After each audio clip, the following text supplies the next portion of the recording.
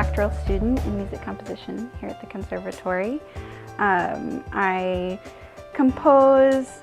mainly been composing vocal music, but this semester it's a goal to write lots of instrumental music.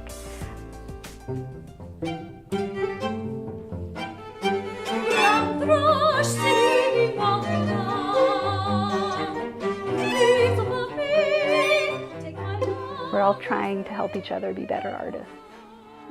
When I had to do my parts for the symphony, they had like a list, like 10 miles long. You have to do it on this kind of paper. You have to do it in this size of font. And so, you know, I took it all to heart, and they gave us feedback, and they were like, these parts look better than professional ones we received. It was an invaluable experience to get that kind of interaction, you know, that you wouldn't get otherwise unless you were to seek it out. You know, we get instruction in music theory and music history, but they also offer a lot of practical classes. I think it's positioned very well. Well, now we have the collaboration with the Kaufman Center, which is fantastic. We've had, you know, they've had several performances there already this year. To be able to go out and see it and then go create it and then put it on and have people show up, because people in this town are interested in culture.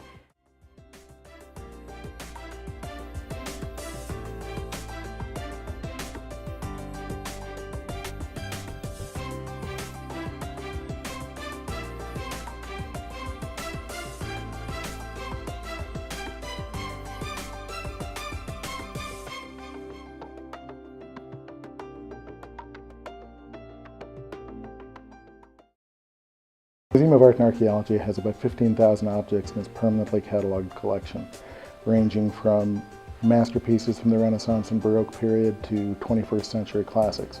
We also have ancient works. We have one of the acknowledged classical collections of antiquities of any university in the country. Museums aren't just collections of objects, however important or beautiful, they're also collections of people. We have a dedicated staff of curators, exhibition designers, collection specialists, who are responsible for serving as stewards for our collection. We also have educators who meet K-12 programs, offering lectures, films, hands-on programs, a wide variety of programs every month. And that's important because we're emphatically a teaching museum. There are about 17,000 museums in the United States, and only about 700 of them have been accredited. Accreditation is a review of every aspect of museum operations to make sure that that museum is performing to the highest professional standards. We're very proud to be the only accredited museum in the MU system and the only accredited museum in central Missouri.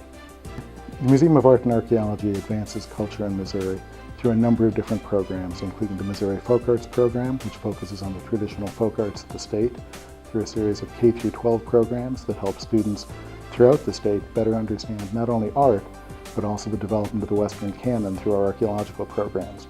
We also offer a range of programs for the public at all ages, and we're also one of the leading university museums for teaching both art history and museum studies.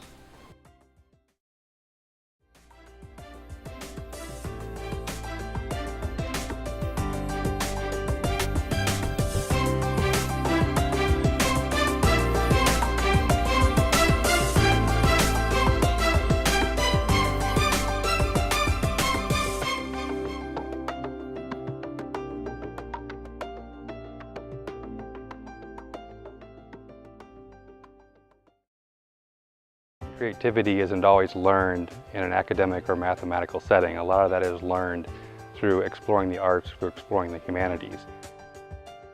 TwoHills itself has two main performance spaces, the Anheuser-Busch Performance Hall, which we're seated in right now. We also have the Lee Theater, which seats 350, and that is a flexible theater. It's what we like to consider as a creative laboratory, which is a little different than what a biology laboratory or chemistry laboratory would be. But it is a world-class performance center that brings the best of stage technology, audience and patron services, all under one roof that the students have access to learn not only in direct interaction with their classwork, but also they have opportunity to work in this venue, to see how those real-world productions actually come into the venue through various road tours, national artists, international artists, and work right along side by side with them. The TwoHills advances Missouri culture by, one, training the next generation of artists that will be entering the workforce, but then we're also dedicated to making sure that they have an industry to go into. And we directly support the various professional arts organizations that exist here in St. Louis and make sure they can continue to put on high quality art in an outstanding environment.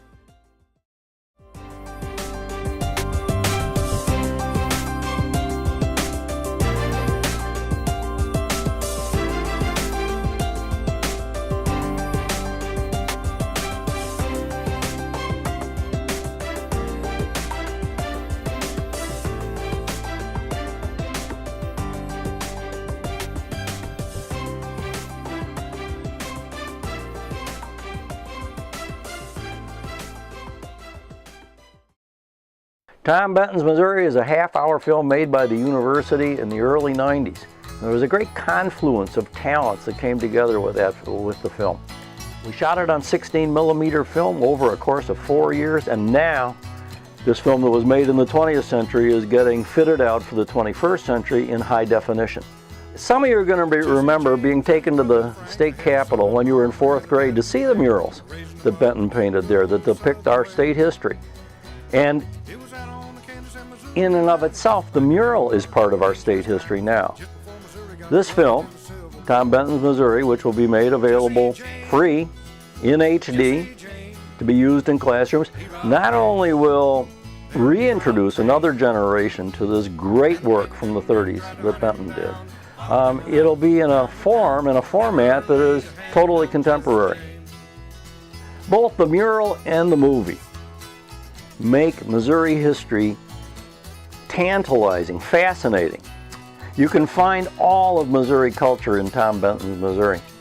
Bentons Missouri, the original 16mm film and the current HD version with Super Study Guide, is a collaborative effort, a synergistic one between the university system, S&T, UMC, with students and professors working together to make this a lively, energetic, fun learning experience.